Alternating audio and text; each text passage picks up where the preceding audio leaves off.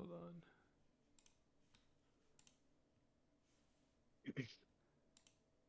Oh, there we go. That was weird.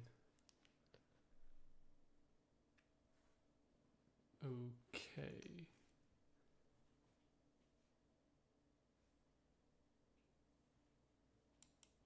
All right.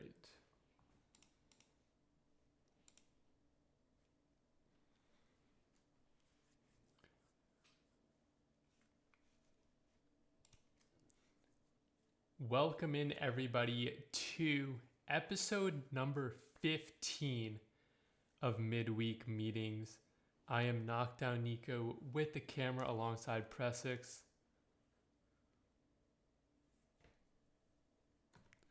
I'm with Pr3ssix. Oh, my bad. What's up? What's up?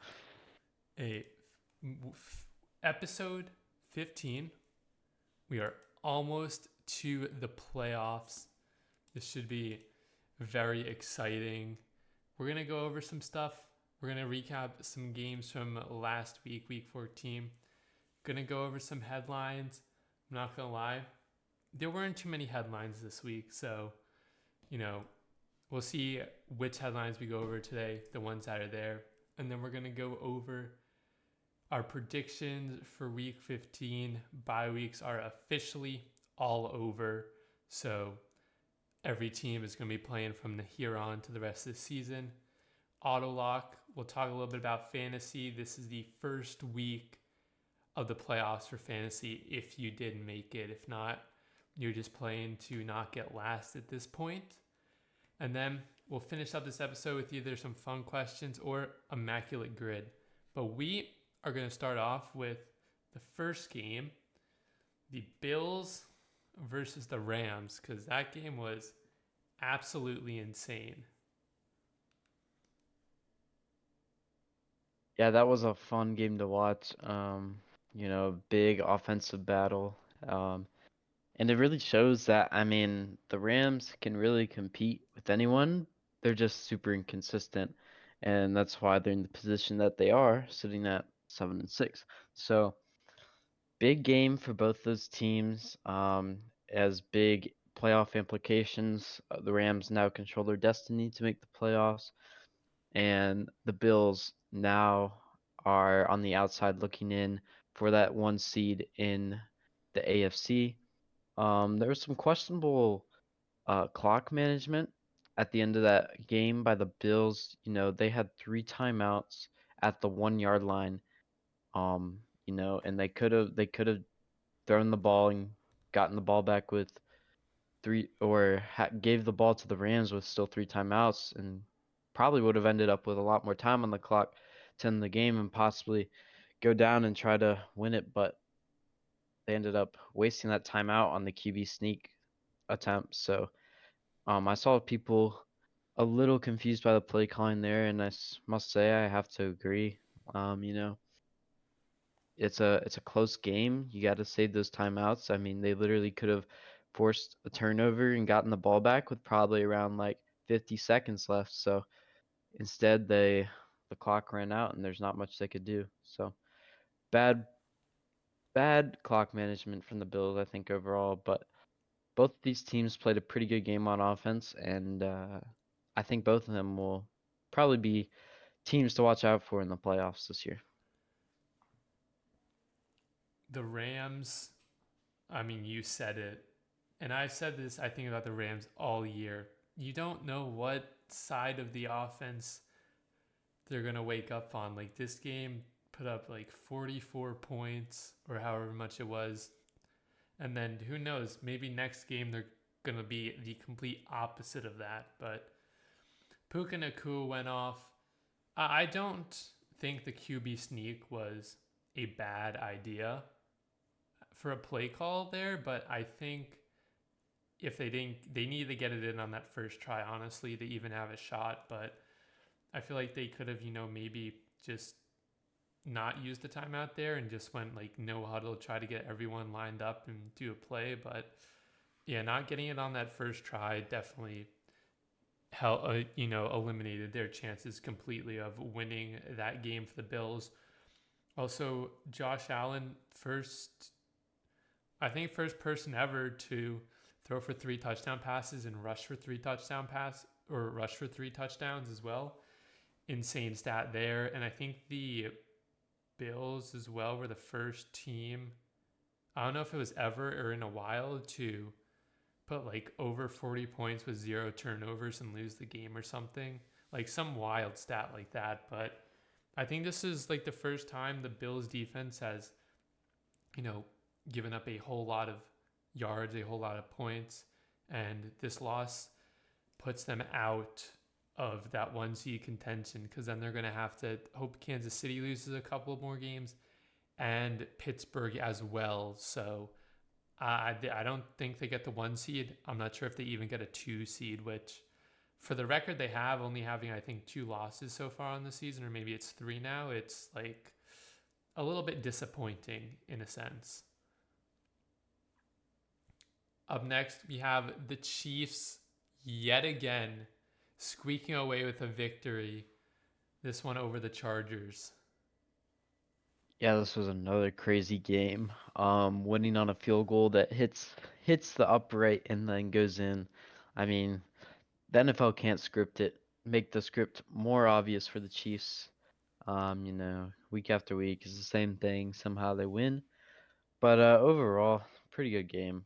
Um, Chargers showed that they can kind of hang with the Chiefs, and they probably should have won that game, but that's besides the point. And the Chiefs showed that they still same Chiefs team that we've seen all season, somehow finding ways to win games. And I think it might just happen to translate into the playoffs.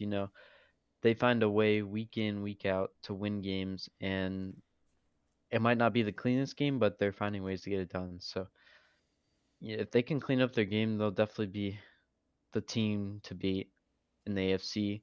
And the Chargers, they're in a pretty good position to make a wild card spot at least. 1 or 2 more wins, they should clinch a playoff spot. But uh, you know, they they're a solid team. If they can get J.K. Dobbins back, get that run game going again, this team will look a lot better. Um, the wide receivers kind of showed up in that game against KC, even with Lad McConkey out. So that was fun to watch. I think I've never seen Quentin Johnson catch so many balls. That was a great game from him. But overall, this Chargers team's young, and I think they'll be a threat to any team in the playoffs. I don't know how the Chiefs keep doing it. They just keep doing it. They keep doing it. And this was a close game. Both these games against the Chargers they played this year have been like, I think they won by 7 the first matchup, and then they win by 2 on a game-winning field goal here. So extremely close game. I saw a stat. The Chiefs, if you flop their like 1-score games or something, they're like, this year they would have pretty much like 2 wins or something on the year. Like, it's absolutely ridiculous. But they keep finding a way to win these games. Although I am a little worried, even though they keep doing it, and they're doing it against decent teams. But come playoff time, I don't think these type of performances are going to be able to elevate them to a, AFC championship or even a Super Bowl appearance, because the teams that they're going to be facing, they're going to be on their A game, and the Chiefs are just, they're squeaking by. They're squeaking by even though it's against good teams. So, but I mean, if you look at their last, couple games, you know, even dating back to the Buccaneers game where they won in overtime, then they beat Denver, potential playoff team, by 2 points. They lose to the Bills. They go to the end of regulation against the Panthers, and then they win by 2 points against the Raiders and the Chargers. So they're squeaking out these wins, but I am a little worried about, come playoff time when they do face a good team. But they do have some good matchups coming up. They played Houston, Pittsburgh, and Denver as well to end the season. So maybe that'll be a test to see which, how they do for the playoffs. The last game I want to go over is the Bengals versus the Cowboys, and the Cowboys just absolutely sold this game.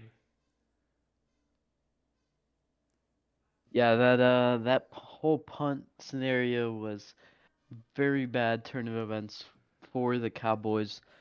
Imagine blocking the Bengals punt and then giving the ball right back to them. It's a pretty rough go for the Cowboys, but this just shows how bad the Bengals defense is. I mean, this Cowboys offense has Cooper Rush at the helm, and they looked pretty good overall. Cooper Rush, I believe, had one interception, but the offense was moving the ball a lot, and the Bengals just cannot find a way to get a stop. And I think overall, that was probably one of their better games played on defense, and they still made the Cowboys look pretty dang good. So, I mean, the Bengals, I mean, right now they're still alive in the playoff run, barely. They have to win out and hope for some other teams to lose, but if they somehow squeak into the playoffs, they're gonna need that defense to step up. I don't think it's gonna happen, but you know, you never know. Things change, and for the Cowboys, I think it's just time to chalk up the season officially. It's just done. You need to move on. Look forward to next year. Maybe Jerry Jones will sell the team. Just kidding, he'll never do that. But it would definitely help the team out if he did that. Cowboys just have way too many injuries. Injury-ridden season. They need to. I think they should just tank, get a decent draft pick, hopefully draft a running back, get some solid keys to that defense, and I think they'll be good for next year, just to be mid again. So, um, you know, rough season for both these teams, and yep. Yeah, the Bengals are keeping their playoff hopes alive, barely. That block punt, I mean, even though it was late in the game, it just completely turned the game around. I mean, people are arguing, people saying, maybe they should change the kickoff rule or the punt rule. If it gets blocked, the kicking team would have to gain the amount of yards needed to get a first down. But I just don't understand, why you're trying to pick up that ball after it's been blocked. I guess to try to score a touchdown, but you're still, even at that time, there was still like a minute and 50 seconds left. So you're still giving the Bengals a ton of time in order to go down the field anyway. And then Jamar Chase just dusts them. Jamar Chase having an insane year, another insane game. Joe Burrow with another insane game as well. And I mean, the Cowboys, they're bad. They're 1-6 at home. They have a backup quarterback in. It's not looking good. They need to. I don't know if it's just Mike McCarthy, if it's backup quarterback, but Jamar Chase has 18 targets in this game, wide receiver one. CeeDee Lamb, wide receiver one, against a really bad Bengals defense. Only 7 targets. I feel like CeeDee Lamb, being the best receiver on that team, he should be getting minimum 10 targets a game, and he's not getting that, even though some games he is putting up good numbers. But I feel like CeeDee Lamb needs to get more targets. Maybe we'll get that next year. And I mean, only the Dallas Cowboys offense can make the Cincinnati Bengals look like they have a halfway decent defense, which is also saying something. So Bengals barely keeping their playoff hopes alive. The Cowboys, it's just a down season. Although their run game the past few weeks has looked really good, so maybe that's something to look forward to in the future for the Cowboys. Also, that trade for Jonathan Mingo is just, it was bad, but it's still been really bad. He 1 target all last game. I don't even know how much time he was on the field, but if he was just running cardio. Those are the games we're going to recap for this week. We're going to move on to some headlines. There weren't a lot of big headlines this week. We're going to start off with, though, the DeMarvion Overshown injury. I think it was confirmed he's out for the rest of the year. And I think it was confirmed he tore his ACL, MCL, and PCL. So big loss for the Cowboys, who have just been injury riddled all season. Yeah, big loss for the Cowboys. Overshown has been a great player for the Cowboys on the defense all year, and I think this is just kind of the icing on the cake for their season. Like I said, chalk it up. It's over. I hope he makes a full recovery and he's ready to go next season. Like I said, he was having a great year before he got injured, so just hope for a speedy recovery for him. Yeah, when he's not injured, he's looked really good. You know, arguably one of their, if not the best player on the team on the defensive side, besides Micah Parsons. But yeah, just injuries. Injuries. I think he was injured earlier in the year. I don't remember what the injury was, and then he played really good until this injury. So big loss for the Cowboys. This article says he is the 13th player on injured reserve as of right now. So yeah, it just shows you how much injuries the Cowboys have been dealing with this year. But big loss for them right at the end of the season, pretty much. Next headline, there's a little bit of Jalen Hurts, AJ Brown beef. AJ Brown saying they need to quote unquote, pass the ball more, stuff like that. There's a little bit of hostility in between Jalen Hurts and AJ Brown right now. Yeah, I know the Eagles might have beat the Panthers, but their offense really did not play well at all last week.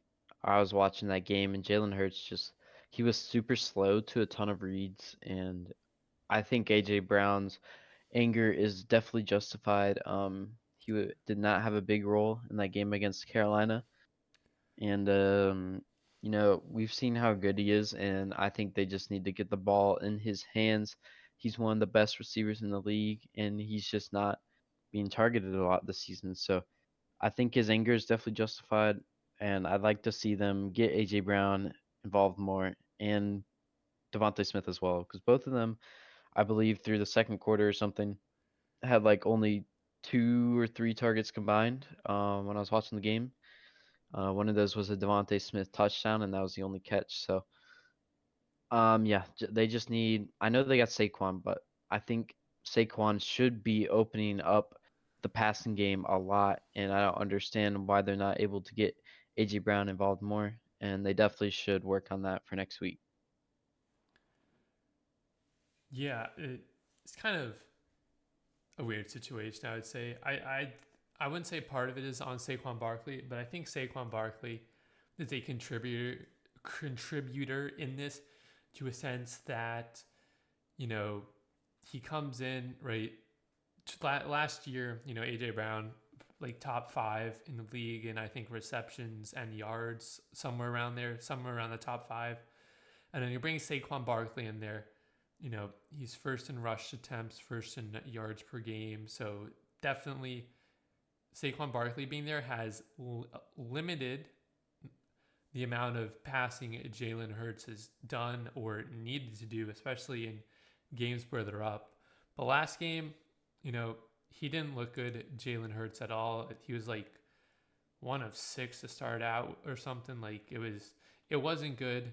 And then, on top of that, just AJ Brown isn't getting, the targets he's looking for, the amount of, receptions he wants. It's been a somewhat down year compared to last year. So I think it's frustration that has just been building over the course of the year, even though, he does lead the team in, yards, but, he only has 3 more receptions than Devonta Smith, and Jalen Hurts just hasn't been throwing the ball as much as compared to last year. I think he's only averaging 200 yards per game. So the run game, adding Saquon, I think has limited the amount of, passing opportunities for Jalen Hurts. And, it's just frustration going down the line like in a domino effect.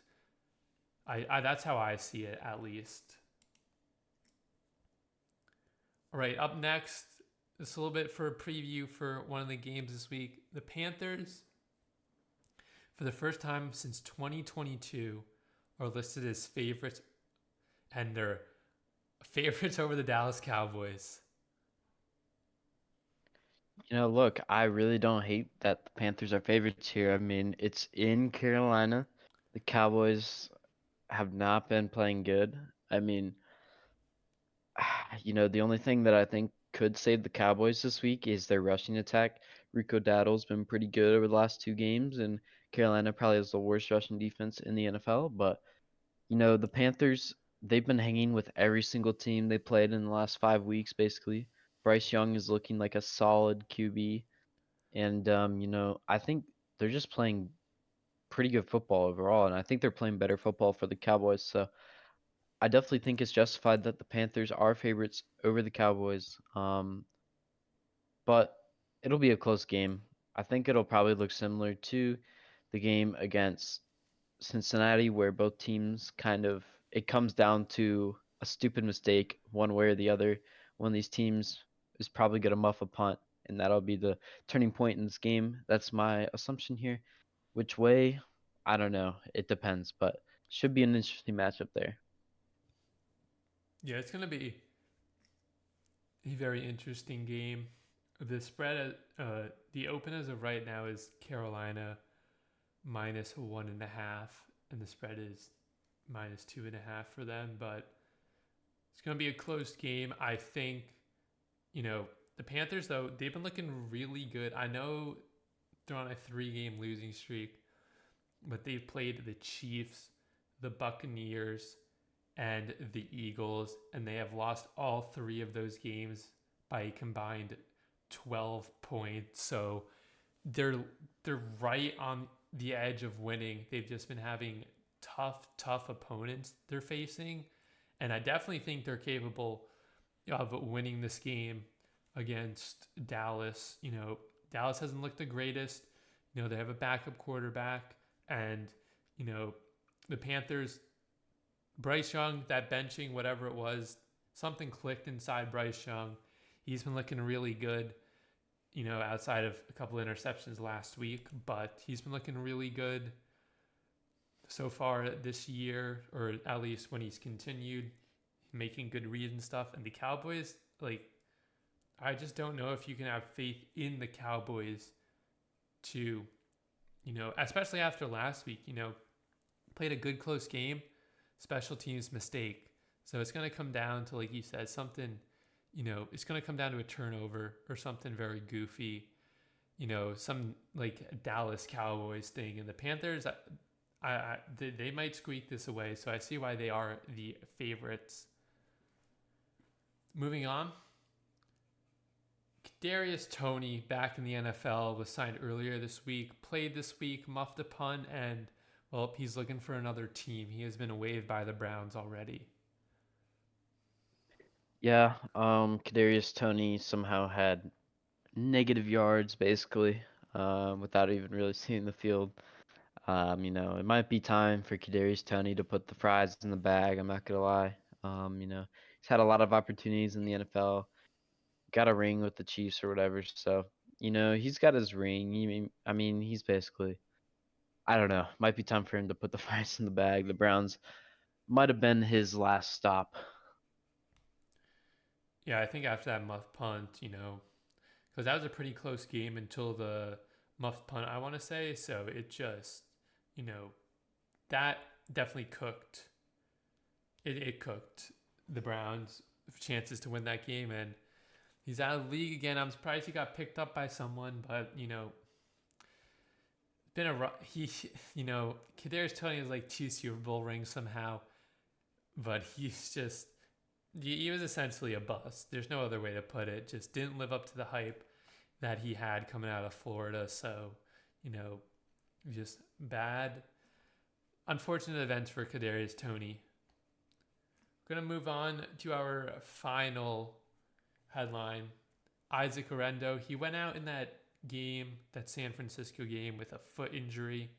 Apparently, he's DNP'd for the second straight day.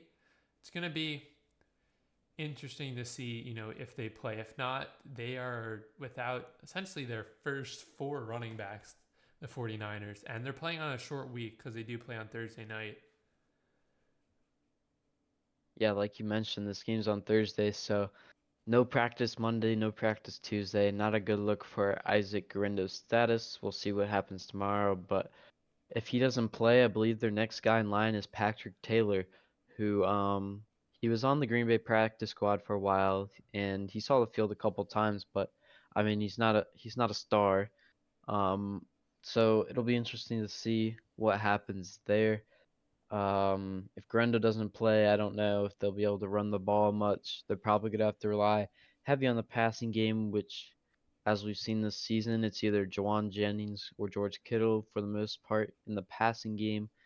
You know, Diva Samuel's not really having a great year, and the 49ers have lost Ayuk already, so and McCaffrey, they're injury ridden on the offense side of the ball, and they're gonna have to find a way to get it done against the Rams if they want to keep their playoff hopes alive. Yeah, Patrick Taylor, he had a touchdown last week in the absence of Guerrero after he got injured. 7 carries, 25 yards, and a touchdown. So it'll be interesting to see how, if Guerrero doesn't play, how they go ahead and use the running backs.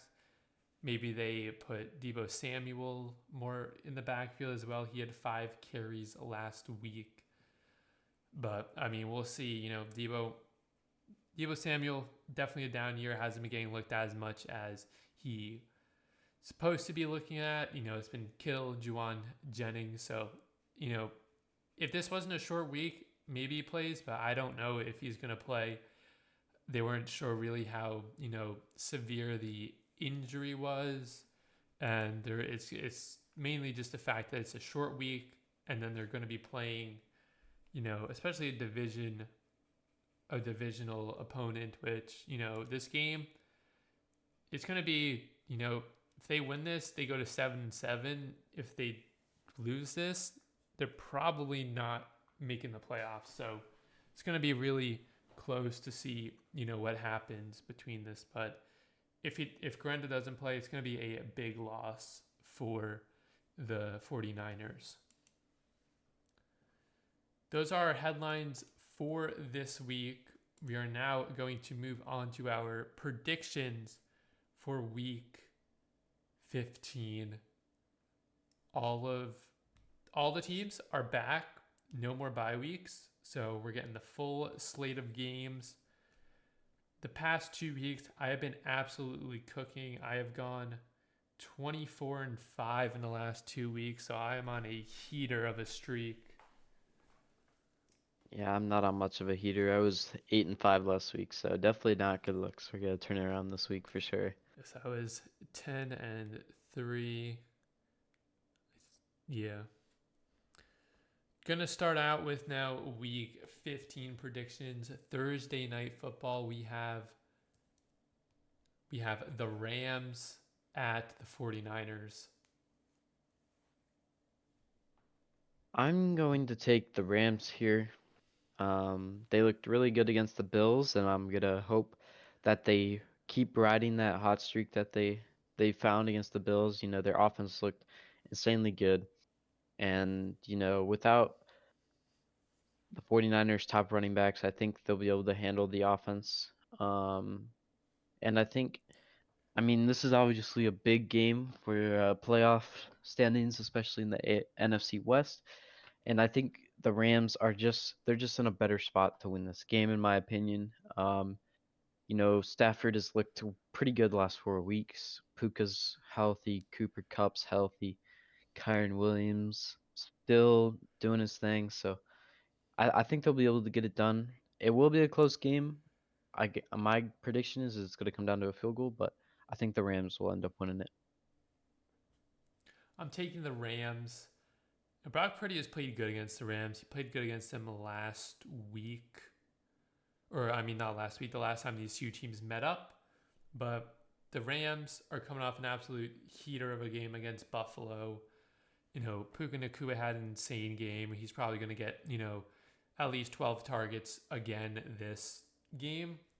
And if Guerrero doesn't play, I think that helps the Rams a little bit as well. And it's just going to be the Juwan Jennings and George Kittle show along with Brock Purdy.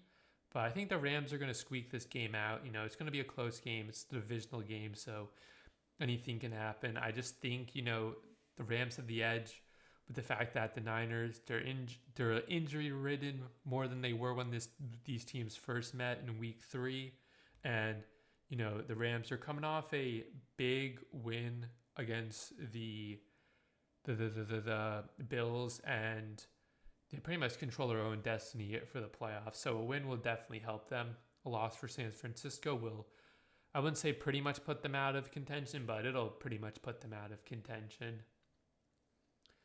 Up next, we have Kansas City at Cleveland. I'm gonna take the Kansas City Chiefs. There's no doubt about it. They find a way to win every game, and Browns are just not good this year. I mean, it's obviously going to be close because every Chiefs game is close. So probably going to come down to a field goal or Jameis interception or something like that. So give me the Kansas City Chiefs. I'm taking the Chiefs. I think the difference in this game is going to be Jameis Winston interceptions. I think he's going to throw at least one, if not two. That's going to be the difference in this game, whether the Chiefs win by 3, 7, 10, or more than that. The Jameis Winston interceptions are going to be the difference in this game. It's going to be a close game, I think, though, up until Jameis Winston throwing an interception or two. Up next, we have Cincinnati at Tennessee. I'm taking the Bengals. The Titans just lost to arguably, in my opinion, the worst team in the NFL in the Jacksonville Jaguars. And I think it's time for them to move on for Will Levis, but that's another conversation. Um, Cincinnati offense will be able to handle this game, and the Bengals defense will probably have their easiest matchup of the season. So hopefully they'll be able to take advantage of it and get an easy win against the Tennessee Titans. I'm taking the Bengals. The Tennessee defense is solid, but I don't think they'll be able to stop Chase Brown, Jamar Chase, and Joe Burrow. T. Higgins was kind of quiet against Dallas. Might see the same against Tennessee, but Jamar Chase is going to have a good game. Chase Brown is going to have a good game, and I wouldn't say this game's going to be a blowout, but I don't think this game is going to be overall that close. So I mean, there's not really much else to say. I think that Bengals win this and they keep their very minuscule playoff hopes alive. Up next, we have Washington at New Orleans. I'm taking the Washington Commanders. They're fresh off a bye week, and the New Orleans Saints did not look very good in their win over the New York Giants. Saints need this game to stay in playoff contention, but I think they're going to drop it anyways. Give me the Washington Commanders. They're going to be healthy. They should be able to take care of business here against the Saints. I'm taking the Commanders. Like you said, they're coming off a bye week. Brian Robinson Jr. should be fully healthy. Um, the Saints are without Taysom Hill. Kamara can't do everything. I'm not sure. I think Derek Carr got banged up at the end of that Giants game at the end, so I'm not sure of his status. For some reason, if he doesn't play, it's going to be Jake Hayner at quarterback, which it's not really a step up from Derek Carr. It's probably a step down from Derek Carr. So, this game, I don't know if it's going to be close. I think, Jane Daniels is going to run all over this team, throw definitely a couple deep bombs to Terry McLaurin. And this is going to be all Washington Commanders. They're going to keep their playoff hopes alive. Up next, we have Baltimore at the New York Giants. I'm taking the Baltimore Ravens. This should be a no-brainer. They have a 99% to 1% um, vote on ESPN here. So Baltimore Ravens should be able to take care of business. Giants have the worst run defense in the NFL. Baltimore Ravens have Derrick Henry. I mean, those two things just kind of show that it's going to be a blowout. Um, yeah, it shouldn't even be close. Give me the Ravens. I'm taking the Ravens. It's pretty easy. I mean, the only hope that the quote unquote hope the Giants have is, Tyrone Tracy running for like 4 million yards. Don't see that happening. This is going to be all Baltimore. And yeah, I mean, I don't know how ugly this game is going to get, but it would not surprise me if Baltimore plays their backups for at least, 6 or more minutes in the fourth quarter. It's going to be bad. Malik Neighbors, as he said, did not buy the jet. He might be buying a plane after this game. Up next, we have Dallas at Carolina. We talked about this matchup and how Carolina are favorites, and I'm going to roll with the favorites here. Give me the Carolina Panthers.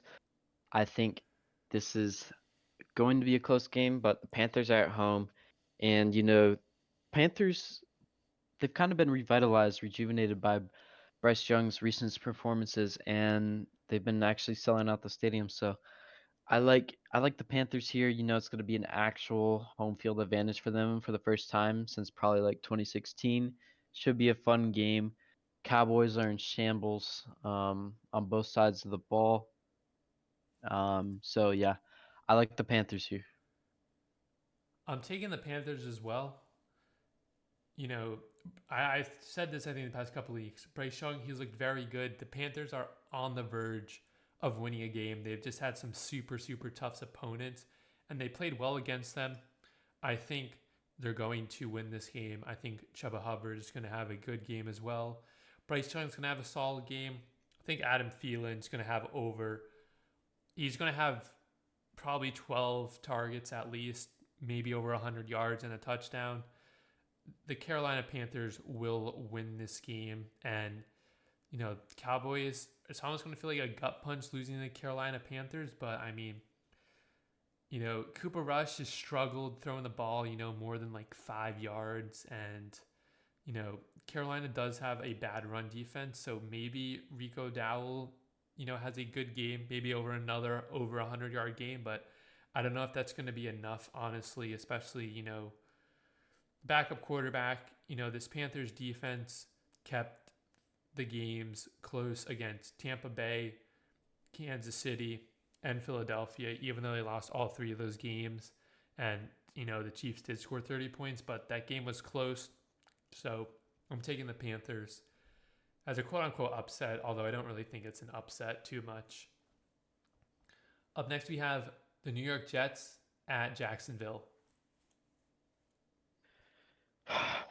I don't want to pick either of these teams to be completely honest with you, but I think the New York Jets are going to win this game. At the end of the day, the Jaguars have Mac Jones as their QB, and I mean, he did not play well against the Tennessee Titans. I think it's going to be the same story here. The Jets, I mean, what a terrible season for them, but I think they're going to be able to win this game. The Jags have one of the worst passing defenses in the NFL, and I mean, the Jets got Garrett Wilson and Devontae Adams, so they should be able to make something happen. And I think it should be a win for the Jets here. I am taking the New York Jets. The Jets lost in overtime to Miami. You know, Jonnu Smith didn't do anything in that game, and then he had 3 catches against the Jets in overtime, including that touchdown pass. But I think the Jets are going to win this game. There's just an overall better team than Jacksonville, even though they do have the same score. Rodgers played solid that game. He had 339 yards, only 1 score though. They might be getting Brees Hall back for this game as well. I definitely think that'll help out as well. Garrett Wilson had a solid game. So did Devontae Adams. This Jaguars defense is significantly worse, although they did hold Tennessee to 6 points, but it also is Tennessee. But I think the New York Jets are going to win this game. If they don't, I don't know what to say about the New York Jets. They should probably relocate to like Canada or something at that rate. Up next, we have Miami at Houston. This should be a good game. I'm gonna take the underdogs here though. I'm gonna take Miami. CJ Stroud, he's been in a slump. Most of their wins have been divisional wins against kind of the AFC South. Not very impressive wins. And Miami has looked good since Tua came back. You know, they had a close game against the Jets, but they're still finding ways to win games. And I think the same thing is gonna come here in this game. They finally got Tyreek has been involved in the last two games, and I think they continue that in this game against the Texans. Um, the Dolphins defense should be a pretty good matchup against the Texans offense. I feel like Joe Mixon is gonna be kind of silenced in this game, and it's gonna come down to CJ Stroud, who in my opinion has not been very accurate this year. And I think that's why the Miami Dolphins are going to win this game. I'm taking Miami. No, the Miami offense, aside that Green Bay game, has scored 30 or more points in 3 of their last 4 games. Obviously, they did score 30 against Green Bay. Tyreek Hill looks like he's coming back into Tyreek Hill form. You know, he had a like over 100 yards last game and a touchdown. Tua has thrown for over 300 yards in the past 3 games, including in that loss to Green Bay. This offense is clicking. I think Houston's coming off a bye as well, but I just think Miami, they got Tua back after, his injury, his concussion, and people were kind of writing them off, chalk season, injury season, but I think they're slowly coming back, potentially for a wild card spot, maybe, and they're going to need to win this game in order to. It's in Houston, it's in a dome, or it's not going to be in the super cold as well, so that's going to help Miami. I think they're going to win this game. I think Joe Mixon's going to have a monster game, but I don't know. CJ Stroud has not looked super good. And as long as they lock up Nico Collins, Tank Dell hasn't done too much this year. It's going to be good looks for Miami, and they're going to get this win. Up next, we have Indianapolis at Denver. I'm gonna take the Denver Broncos. I like what Denver has been doing, and this will be a tough matchup for Anthony Richardson against the Broncos defense, who is probably a top five defense in the NFL right now. I think this game might be close, but I think Bo Nix is going to be able to handle this Colts team. Might be close, like I said, but home field advantage for the Broncos. I think definitely gives them a big advantage in this game, and I'm going with the Broncos here. Yeah, I'm taking the Denver Broncos. They're coming off a bye week. Any injuries they should be healthy. Pat Surtain is going to lock up Pittman, so they're going to need to rely on Jonathan Taylor or Josh Downs. He's questionable though, so he may not even play. It's going to be really interesting to see how this works out for the Colts. The rush on the other hand, for the rushing, they're going to need to rely on Jonathan Taylor, although Denver is, a top 6 team in the run game, only giving up 94 yards a game. So it's going to be a struggle for the Indianapolis Colts. I think Anthony Richardson is going to make a couple mistakes, and Bo Nix is going to, the Colts defense isn't the greatest. Bo Nix is going to air the ball out. He's going to air it out to Cortland Sutton. Cortland Sutton's going to have a big game, I think. And the Broncos, just keeping their name in a wild card spot, they're going to improve to 9-5, I think. Up next, we have Buffalo at Detroit. This is probably the game of the week in my opinion, but I'm gonna go with the Buffalo Bills. Josh Allen is playing at a different level right now, and the Bills need this game a lot if they want that to have a chance at that one seed. The Lions are looking pretty solid for the one seed. They probably, I mean, if they win, they probably secure it, I believe. But should be a fun matchup. Probably some possible Super Bowl matchup here. So should be interesting to watch. But I like the Bills. I think I don't know. I think Josh Allen is just too good for the Lions to be honest. So I'm taking the Buffalo Bills. I'm taking the Lions. Look, Josh Allen threw for 3 touchdowns last week. He ran for 3 touchdowns last week. They still lost. That's on the defense. Detroit, without a doubt, one of the best teams in the NFL on offense. They're second in yards per game at just a little under 400 a game. The Lions have a top 5 rush defense. So I'm not expecting James Cook to have a monstrous game on the ground. They're going to need to rely on Josh Allen throwing the ball, potentially, scrambling as well. Khalil Shakir did have, probably a career game last week. He's going to need to step up again, have the same thing. But I think, I'm a little worried about that Buffalo defense after seeing them last week, especially against Detroit, who I really would say the only teams we have really offensively struggled against outside of the Buccaneers game has been, divisional opponents. Most of their games have been close.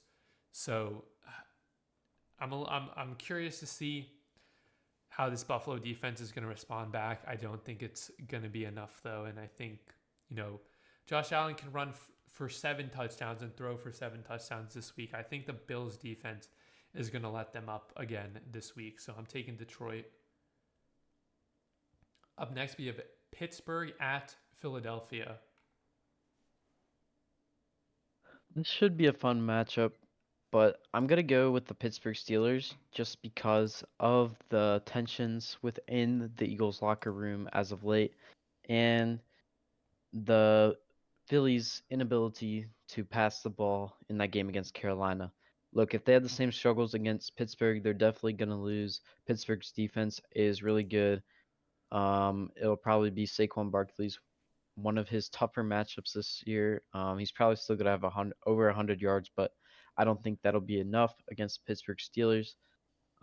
Their defense is solid, and their offense, although they didn't have a great week against the Browns, they still put up 27 points. So I like the Pittsburgh Steelers. I think they're just better on both sides of the ball here. I'm taking the Steelers as well. The Steelers, they're giving up just a little over 90 rushing yards a game.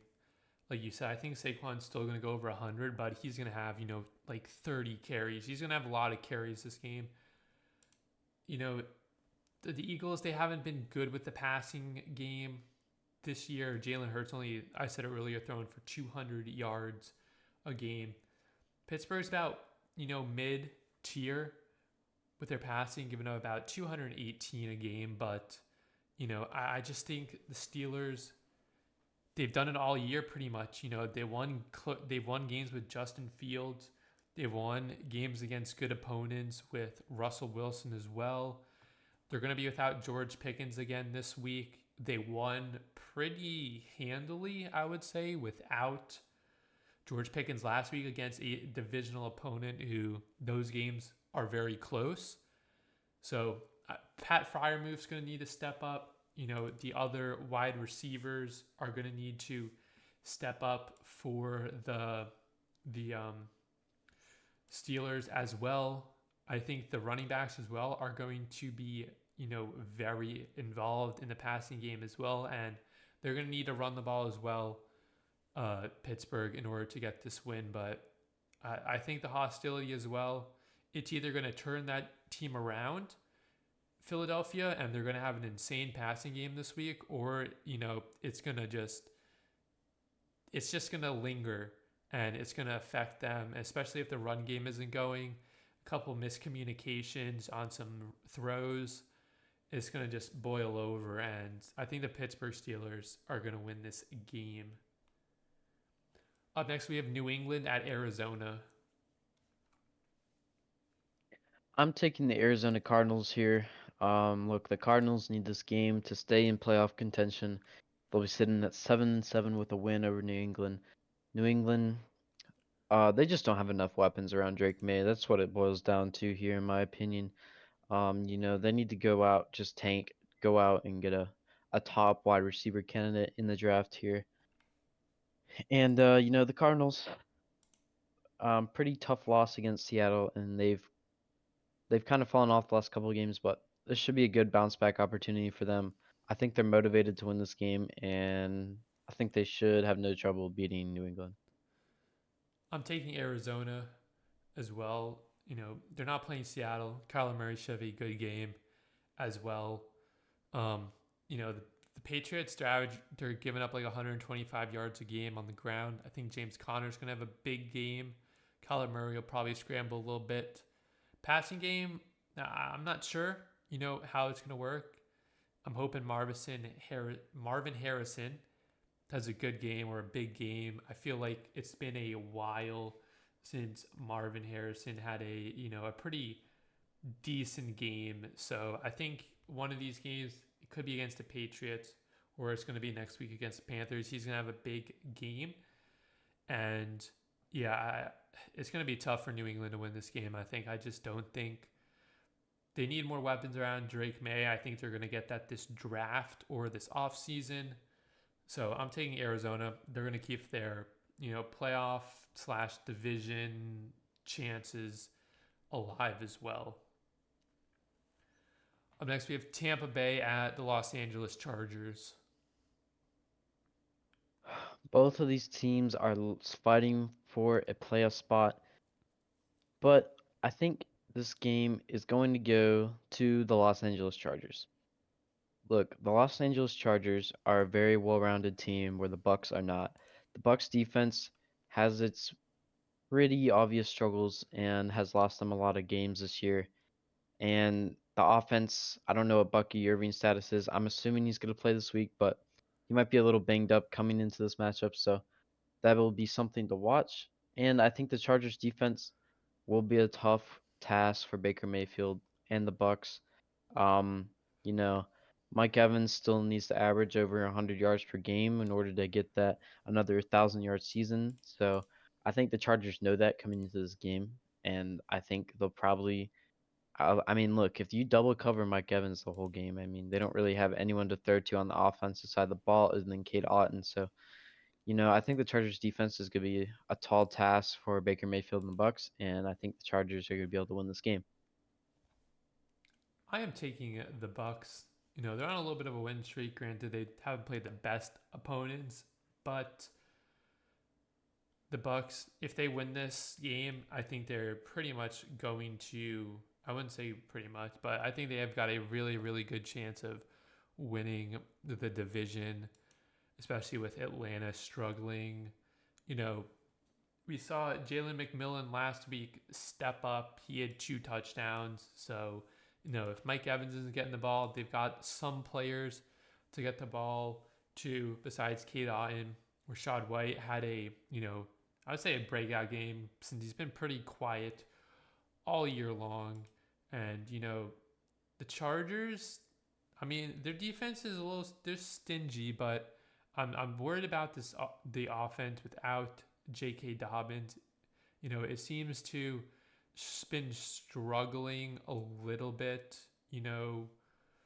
without J.K. Dobbins in it. So I'm definitely a little worried about that, even though the wide receivers last week stepped up in that loss to Kansas City. But, I don't think, Quentin Johnston's going to catch, another like 8 targets again, like catch like more than 50% of the passes thrown his way. Ladd McConkey should be back, I think, this week. That'll help them out, but it's just a really, a struggle in that run game. If they can't get the run game going, it's going to be a struggle for the Chargers, and I think that's going to be the difference in this game. Sunday night football, we have Green Bay at Seattle. I'm taking the Green Bay Packers.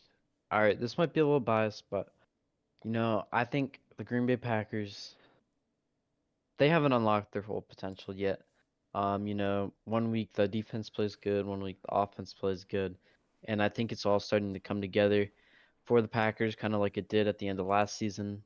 Jordan Love hasn't had an interception in 3 weeks, so it's something that has definitely improved, and Josh Jacobs is a beast. So this will be a tough matchup for Seattle on that side of the ball. The Green Bay offense has been really good as of late. If they can get Jaden Reed involved, Christian Watson involved, this offense will be able to win the game. On the Seattle side of the ball, I'm not sure what the Kenneth Walker injury update is, but either way, I think Green Bay will be able to handle Seattle. Geno Smith has not had the best season. He has a lot of yards, yes, but not been the most effective passer, and I think Green Bay will capitalize on that. I think I'm predicting a McKinney pick this week. Hasn't had one in a couple weeks, so I think he gets one this week. And I think this game will be a pretty dominant game for the Green Bay Packers. I'm taking the Packers. I don't think Jordan Love's gonna have a good passing game. Seattle's given up only like 200, like under 215 yards in the passing game per game. I think they're gonna lose this game on the rushing. Josh Jacobs has been really good rushing the football, especially recently as well. And Seattle's given up over 120 yards a game on the ground. It's gotten better the past couple of weeks, but they have been atrocious in the run game. So I think they lose it with that. You know, in games where Kenneth Walker has not played, this is for fantasy though. When Zach Charbonnet has started and Kenneth Walker has not played, he's averaging over 27 fantasy points a game. So Zach Charbonnet could potentially have a big game if Kenneth Walker doesn't play at all. But this is going to be a close game. I think it's going to come down to turnovers. Whichever team essentially has more turnovers, or it's going to be whenever a turnover comes at a critical moment, is going to be the difference in this. But I think Green Bay is going to have this slight edge just with how Josh Jacobs has been and the run game these past couple of weeks for Green Bay. We got 2 Monday Night Football games this week. The first one is Chicago at Minnesota. It's a divisional matchup. Might be close, but I like the Minnesota Vikings, especially after watching the Bears last week, who only had 2 yards of total offense in the whole first half. That's an absolutely insane stat. And I think the Minnesota defense will be able to replicate that. Probably won't be 2 yards of offense again, but probably not much offensive production from the Bears in that game against Minnesota. It is at Minnesota, which is kind of a tough matchup for Caleb Williams. And the Bears, they just haven't been clicking on offense really as of late. They've been on a 7-game losing streak or something like that. So just rough times for the Bears. We kind of predicted this when they were 4-2. We said, look, they got a rough schedule, and the rough schedule has treated them poorly. And unfortunate season for the Bears. I think it's time to look ahead to the draft next year, consider what they want to do, pick up some O-line pieces for Caleb Williams, and just look forward to next year. The Vikings, especially if they win this game, they have a shot at that 1 seed in the NFC. If the Lions lose, so they need the Lions to lose 2 more games. So Minnesota's going to come out. They're going to be ready for this game, and I think they should be able to get the win. I'm taking Minnesota. The Bears the past few weeks, like it's like they don't show up in the first half. And I don't know if it's the whole team, it's Caleb Williams, it's the offensive line, it's everyone, but whatever it is, they do not show up in the first half at all. And then the second half, they show up and it's like everything clicks all of a sudden. I think it's going to be the same thing again. Last time these two teams played in Chicago, the Vikings won in overtime. I think DJ Moore's going to have a good game, but, Sam Darnold coming off a career high 5 touchdown passes last week, no INTs. Jordan Addison and Justin Jefferson both having monster games. Justin Jefferson, I should say, was quiet in this first matchup. Only 27 yards, but Hawkinson and Jordan Addison both went for over 100. Addison went over for 100, over 150. You know, we maybe see something similar to that, or Justin Jefferson's going to go over 100 as well. I think the Vikings are going to just kind of easily win this game. It's a divisional matchup though, but it can get close. But I think the Vikings are going to win this game pretty handily. They're on a hot streak. Sam Darnold is on a hot streak. They haven't lost a game since they lost back-to-back games to Detroit and the LA Rams. And look, I think that's going to continue as well. Final game of Week 15, we have Atlanta at Las Vegas. I'm gonna take the Atlanta Falcons. Atlanta has really fallen off. Kirk Cousins, especially, has not looked good. He had a terrible game against Minnesota, and he's got to be able to get it done against the Raiders. This Raiders team is probably the worst team in the NFL as of right now. So outside of Brock Bowers, they really don't have any bright spots. I don't even know who their quarterback's gonna be this week. Is it Jimmy G? I don't know. I don't even know I if he's think on the it's team anymore. Ritter Ritter. Either revenge way, game. Ritter revenge game is not gonna happen. I'll just put it out there right now. But Kirk Cousins needs to step up this week, get it done, and keep the Atlanta Falcons in the hunt for the playoffs. I'm taking the Falcons. I mean, yeah, Desmond Ritter revenge game. I'm pretty sure he's going to be starting. I mean, they just need to target Brock Bowers like literally 50 times this game. And Jacoby Myers. Like, no one else on that Vegas team should have more than like 2 targets besides those two. I don't think it's going to be enough though. Kirk Cousins has been on the struggle bus. I forgot what the stat was. He hasn't thrown a touchdown in like 4 games or something. And he's thrown an interception in all those games as well. I think he's going to have a little bit of a bounce back game, but it is against the Raiders. So, yeah, it's going to be a weird game. It is in prime time, so prime time Kirk Cousins might show up, but yeah, I don't know if the Raiders are going to have anyone that can cover Darnell Mooney. I'm going to be honest. Drake London has been, I wouldn't say struggling, but he's getting a lot of targets, just, not producing, only 5 catches last week. I literally don't know why Ray McLeod has, the most targets on the team. Like, something's got to make sense there. Darnell Mooney has been the wide receiver 1 in this team the whole entire year. He's going to continue with that. And, I think Bijan's going to have a good game, but this is going to be such a weird game. I'm picking the Falcons, but I would not be surprised if this game is close or for some wacky reason the Raiders pull out like a 3-point win or something. Those are our Week 15 predictions. Pretty similar for most games, but we're getting to the end of the year as that. So, yeah, some potential playoff, future playoff matches in this week. Some big games for teams that are wanting to stay in the hunt for a playoff spot or potentially win a division as well. It's going to be interesting. Got some good games as well, but we are now going to move on to our auto lock. Who do you have? Look, I'm going to take the most upright and obvious one. I'm taking the Baltimore Ravens over the Giants. This should be the freest game. I would put my life savings on this game that the Ravens win, so do with that information as you will. Yeah, I have to agree with you. Look, Daniel Jones isn't on the Giants anymore. He's the only NFC quarterback, I think, still to beat Lamar Jackson, I want to say.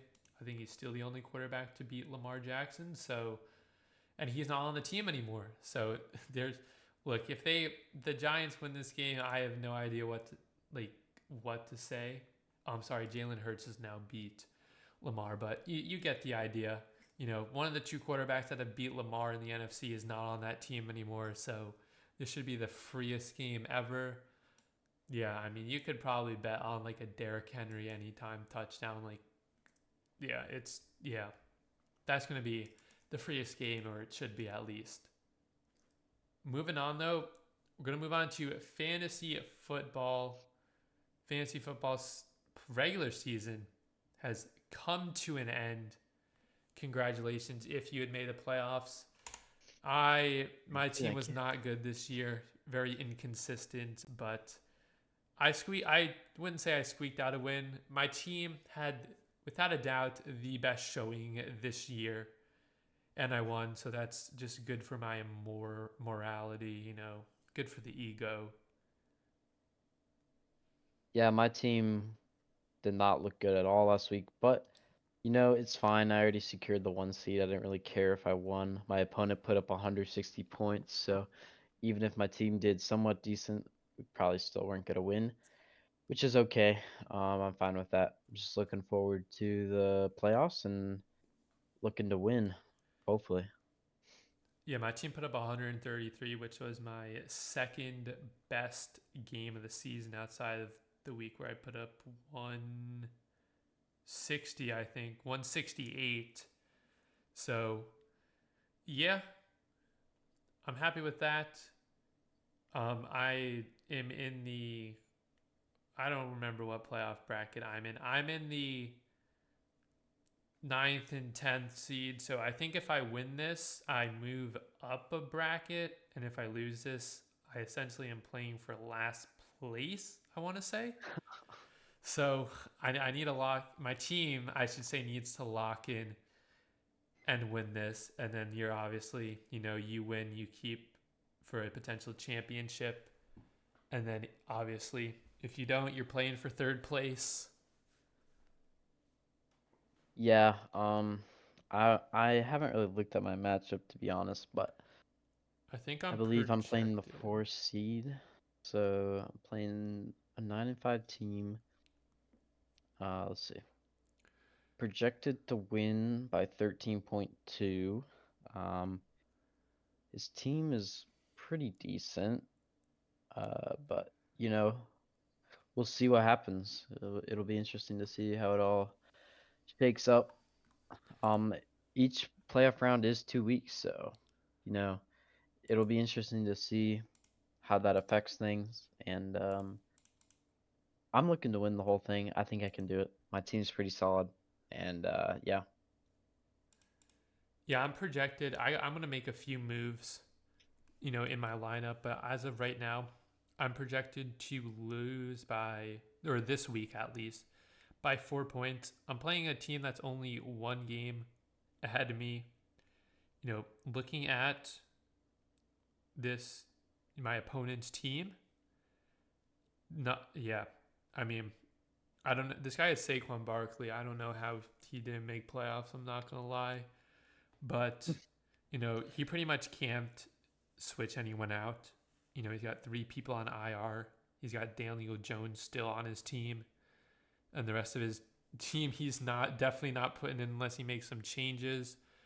So I've got a few changes to make. First and foremost, I'm going to put, even though the Eagles are projected to have more points, the Eagles defense is projected more points than the Denver Broncos defense. I'm putting the Denver Broncos defense in against Indianapolis. I don't know why the Eagles are projected 7.7 points against Pittsburgh. I'm also taking out Darnell Mooney against Las Vegas, and I'm putting in DJ Moore against Minnesota. Minnesota is the 32nd ranked team against wide receivers, and the last time these two teams played each other, DJ Moore went for almost 27 points. So I'm going to put him in. The rest of my team looking pretty solid. I think I'm going to keep Jared Goff in against Buffalo after seeing what Stafford did to that defense.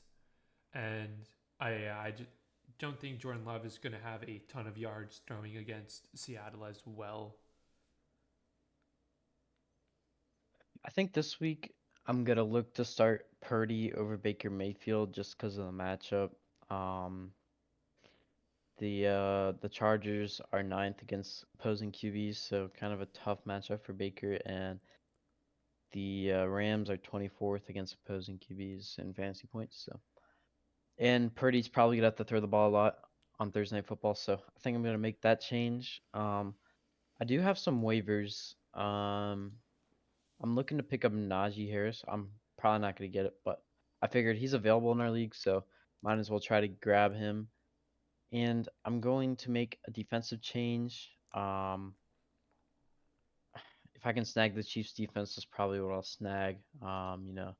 Chiefs defense, pretty easy matchup this week, but I do need to think about the rest of the playoffs, so we'll just see. Um, but I'm definitely going to be picking up some defense this week because I do not want Arizona defense anymore. Yeah, that was very interesting. Someone dropping Najee Harris in our league. I thought about maybe picking him up, but then I'm looking at his schedule, of teams he plays. He plays Philly this season. He plays Philly this week, top 10 in run defense. He plays Baltimore again. You know, he did have 13 points against Baltimore, but Baltimore gives up the least amount of rushing yards a game. Then he plays Kansas City, another top 3 team in, giving up against the run. So I thought about it. I don't like my running back status this week. I got James Conner. I got Tyrone Tracy in against Baltimore, but I'm not too sure if I want to keep him in. He did have 19 points against New Orleans. A lot of that was from the fact that he did have 5 receptions, so I'm kind of hoping it's one of those things again. And otherwise, ETN, which I low-key may just drop him the last week of the season because why not? So, yeah. I mean, why not? So, yeah, we'll see. I feel like you're first in this league, so I feel like he's going to get scooped up before you get a chance to pick him up. Yeah, probably. I'm also 50-50 on playing Cade Otton against San Diego against the Chargers or Tucker Kraft. I feel like Tucker Kraft, though, is such a trap game. It's like one game he actually does good with receptions. One game he just doesn't show up or he's not targeted a lot, or he kind of gets bailed out by having a touchdown. So I'm not really sure. Cade Otton had 10 points last week, but he's kind of been, not so good after that San Fran game. So I'll figure that out. But I just changed my lineup and I'm projected now 118.5. So it's going to be a very close game against my opponent, who has Richardson, Barkley. I'm actually kind of glad he's got that Steelers defense in against Philly because that may be some issues. Also, he does have Anthony Richardson against Denver. So Anthony Richardson's going to go for like 40 points. Or he's going to go for like 5. So I might get a break as long as my, team decides to show up, which I think they will. All right, moving on to our final segment. Do you by chance have a question, or shall we attempt to do the Immaculate Grid and have no technical difficulties this time? I do not have a question for you today. All right, so we're going to do Immaculate Grid. I got one next week. No, not next week. I got a question in 2 weeks, Christmas theme. I might think of one for next week. We will have to see, but let's try to get this working this time. I'm going to share this. Let me see if I can get this working this time. I got it working literally the second after we decided not to do it last time. So let me see if I can do this then. Oh.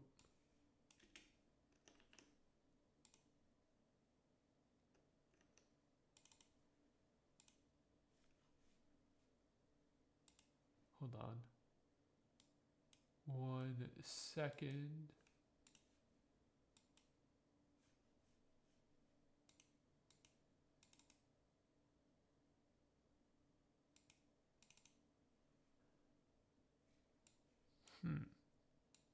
I don't know why it's not working again. This is the problem we had last time. Let me try one more thing to see if we can get this to work. I'm not sure why it's, not. If not, we will do the wonderful. Hold on, where is this? Window capture. Oh, whoops, cancel.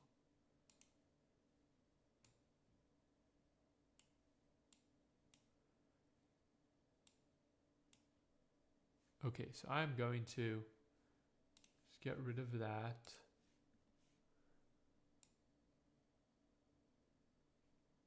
All right, we will do it this way. For some reason, it's not working, but I will screen share this with you right now.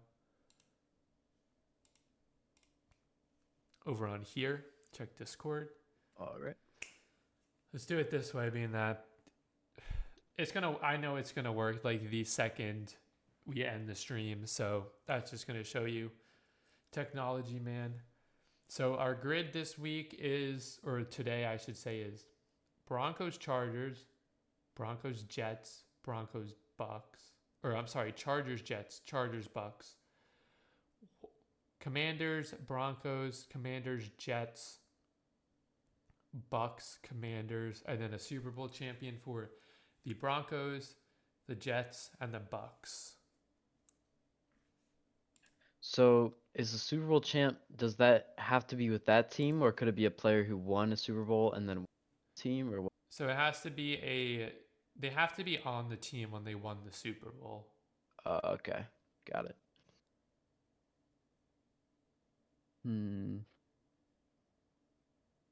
The Jets Super Bowl one might be a little tough. We could do Joe Namath for that one. Yeah, I feel like everyone's gonna put Joe Namath though. I do think so. We could put as well for the Jets and Chargers either Geno Smith or Tyrod Taylor.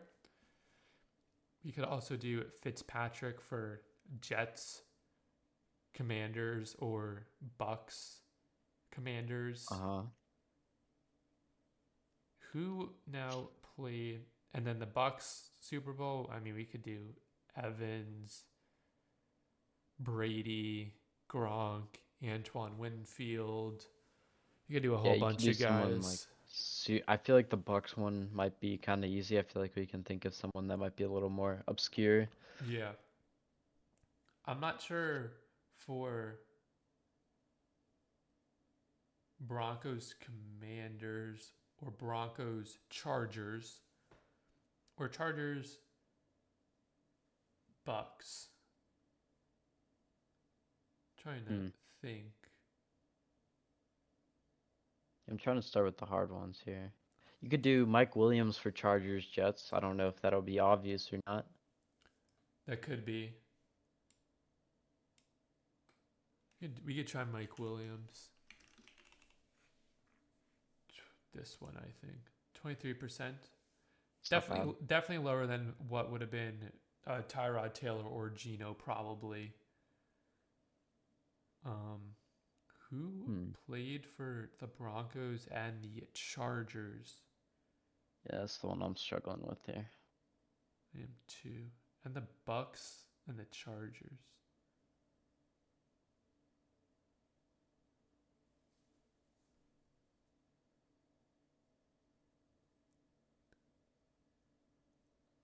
Oh, did Willis McGahee win a Super Bowl? I have no I idea. know he was a I'm gonna be Bronco. honest with you. I know he was a Bronco. I don't know if he was on that Super Bowl team or no Sean Moreno. I don't remember if he was on that Super Bowl team as well. I know he played in the Super Bowl against Seattle, but I don't remember if he was on the team with Carolina. For that Super Bowl, for the Broncos, I just keep thinking C.J. Anderson. I don't know if it's right, but I feel like it's the right time period. I don't know. I think that might be the right time period as well. No, Sean Taylor didn't play. He only played for the Commanders, right? I think so. Mm. The people with the Chargers, Broncos, Chargers, Bucks are so hard. I I can't think of couldn't any. name, like, oh man. It gotta be like a quarterback or something. Wait, who else did Mike Lennon play for? Yeah, I know he played for the Bucks. Um, Or Josh Freeman. Who else did Josh Freeman play for? He played for the Bucks as well. I don't remember who else he played for. If he played for another team. gosh, I have no idea. Guess we can knock some of these easier ones out first, maybe. Um, Which one do we want to use Fitzpatrick for? do we know of another player that played for the Commanders and the Bucks, or the Commanders and the Jets? Nope. Ooh, let me see. Oh, what about Super Bowl champs? Okay. We could do like. Trying to think of a weird one. We could do like Was Vita Vea on the Vita team when they won the Vea. Super Bowl? I think he was. I know Winfield was because he gave Tyreek Hill the peace sign. Well, you can do either of those. Let's do Antoine Make sure Winfield you do Junior Jr. though. Yeah, 2%. All right, 2%? That's solid. that's solid. Thought it'd be higher than that. I'll Super take Bowl it. champ. I feel like Look, we have to go I don't know Namath. anyone other than I don't know anyone other than Namath. Yeah, I couldn't tell you. Yeah, I mean, it's gonna be like some. It's just gonna be nobody. So this I'm could almost be. positive C.J. Anderson. All right, let's do it then. I just feel like it's C.J. Anderson is the right answer. 2%. Oh, it was a Bang! What is that Charger. picture? That's Oh definitely a Charger no! uniform, right? Oh my It's. goodness. Oh no, For I what think is we that Lion? sold. It might be Lions Wait, actually, that could be Lions because because he of the retired little in white 2019, there. which would have been before they went to what's it called? Los Angeles and got the Oh, lighter that's colors true. team. That is true. He Okay, might have been a Lion actually. so then we just Was have. Adrian Peterson ever a Buck? No, No, that was Fournette. because I know AP was on the He was Commanders. on the Saints. He wasn't on the Broncos, was he? Not sure. I don't think he was. Philip Lindsay? No. Philip Lindsay was a Bronco. Who else did he play for? He was on the Colts, I know. Oh, it may have been then. What quarterbacks played for Denver? Thinking maybe, I mean, you got Cutler, Manning, um, Locke. Locked didn't play for any of Who's these that guy teams. they drafted? Um, gosh, what was his name? What year? Before Locke. Um, Oh crap! I don't even remember that I'm guy. not gonna get it. Zach Wilson? Oh wait, no, that doesn't Nope, work. does not work. Flacco, Manning. What about like Elway wasn't on another team, was he? No, if it was, it wasn't one of these teams. It was like some like Kansas City or something weird. We still have Fitzpatrick that we can use for either Jets Commanders or Jets Bucks, but when you think of another person for one of those teams to where we can just put him there. Trying to think who else. Trent Williams only played for the Commanders and the Niners. I think. Dude, who played for? I feel like the Chargers is such an obscure team. Like, Yeah. nobody thinks of players on them. Broncos, the Bucks, Commanders. But did Joe Theismann play for another team? Played for the Commanders. No idea. Damn. Jordan Reed ever a Bronco? I don't know. No, I don't think so. He played for, like... Who did he play for? He played for the Niners, I think. No idea where he went after Washington, to be honest. Fitzpatrick, Glennon. Dude, I don't know why, and I don't know if this is right. I feel like Mike Glennon was a Charger at one point in his career, but I don't know how accurate that is. I know he played for the Bucks. I just don't know. I don't know who else it could have been.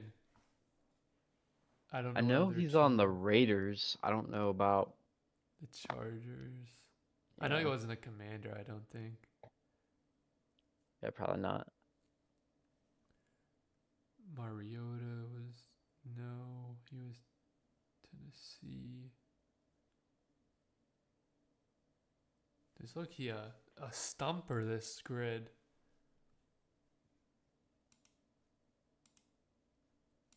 Well, but I guess which one do we want to use Fitzpatrick for? I don't know which one's going to be harder. I don't know. You can decide. I feel like Washington Jets is going to be easier. All right, so we can run that then. 37%. Uh-oh, so we messed up, I think. Fitzpatrick being low means there was someone else higher for this. I don't know who it could have been, though. It's going to be someone so obvious. I feel like the Chargers is just so hard, bro. Dude, I don't know. I don't know. Yeah, I agree. I can't, like... Antonio Gates... He wasn't a Bronco. He wasn't a Buck, was he? No. I think we can get the Commander Jet, though. I think so. Dude, Trying Tyrod to Taylor think. didn't play for the Commanders, did he? I really don't think he did. Wait. RG3... Did RG3 play for the Jets? Wait, wasn't he on the Jets? Or was that... Was he? Played for I don't know. Baltimore? Or was that Pittsburgh? Oh, dude, it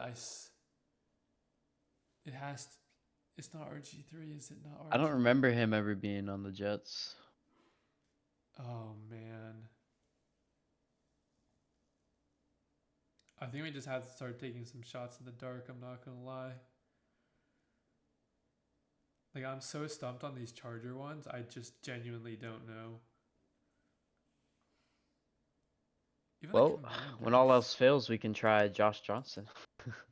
Josh Johnson was a Jet, I'm pretty sure. Oh, he was? Alright, bet. Let's run that up then.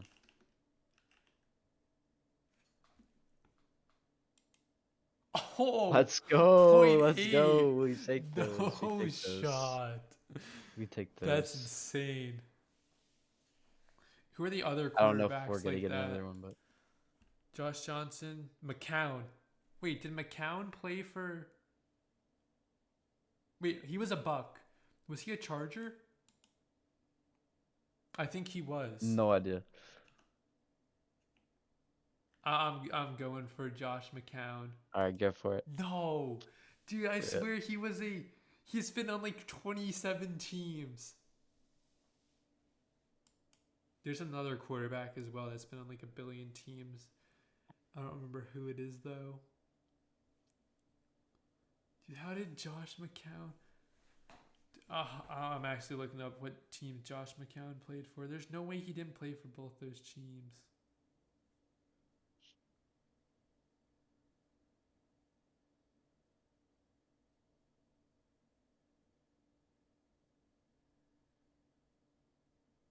Oh, he did. No shot.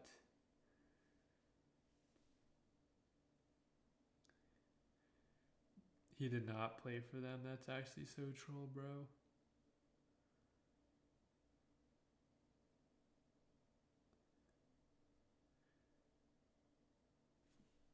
Brian Hoyer didn't play for any of these teams, did he? I feel like he would have been a Bronco. Just saw a clip of Hoyer on the Niners on my feed today.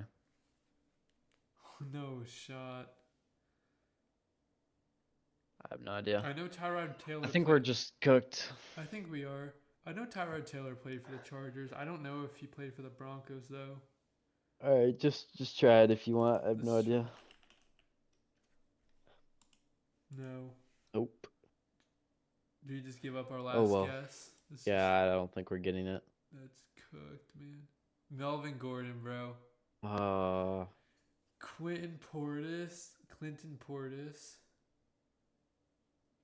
Vincent Jackson, bro. No shot. I knew, dude, I was thinking of a wide receiver like in the 2010s, but I didn't know who it was. Yeah, that's a tough. That was really tough. That was I'm not a gonna lie. tough one. What? Oh, okay, I'm actually so interested in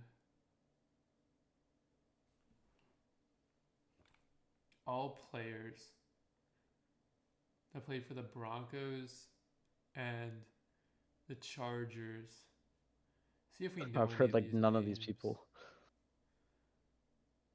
Yeah, it's true. Other than Melvin Gordon. Gordon, I don't even. 1 year. I think Melvin Gordon was like a 1 year thing. Yeah, I kind of remember him as a Bronco. Chris Harris Jr. No shot. Forgot about Chris Harris Jr. I'm not gonna lie. No, that's crazy. Dude, Chargers such a weird team. Dick Wood, what a name, bro. That's the Chargers Bucks. Gary Anderson. There's Vincent Jackson. Chase McLaughlin. No way, bro. Did not realize he was a Charger. I did not know he was a Charger either, bro. He only played 4 games. That's why he probably got like released or got signed for the end of the season. Yeah. Oh wow. Whatever. That was an unlucky grid. That was a super tough one. That was an insanely tough one. All right, though, that is going to conclude Midweek Meetings episode 15. We're getting to the end. There's a lot on the line here for a bunch of these teams, these playoff teams, these borderline playoff teams, teams in contention for a divisional title as well. It's going to be a good week. Got some good matchups, got some stinkers as well. Hopefully, hey, if you're in fantasy football playoffs, hopefully your team does good this week. If you're not in the fantasy football playoffs, hope your team does good as well so you don't become in last. I hope my, drafts that I did today for money do good as well. That's another story for another day, though. But thank you guys so much for tuning in. If you guys are watching or listening over on YouTube, make sure you guys subscribe so you don't miss out on the episodes when they do release. If you're watching over on Twitch, make sure you guys follow us so you don't miss out on any future episodes that are done live. We do them every Tuesday at 7:30 p.m. Eastern Standard Time over on at twitch.tv/KnockdownNico or twitch.tv/Pr3ssix. Thank you guys for tuning in, and we will see you guys when week 15 has concluded. Peace.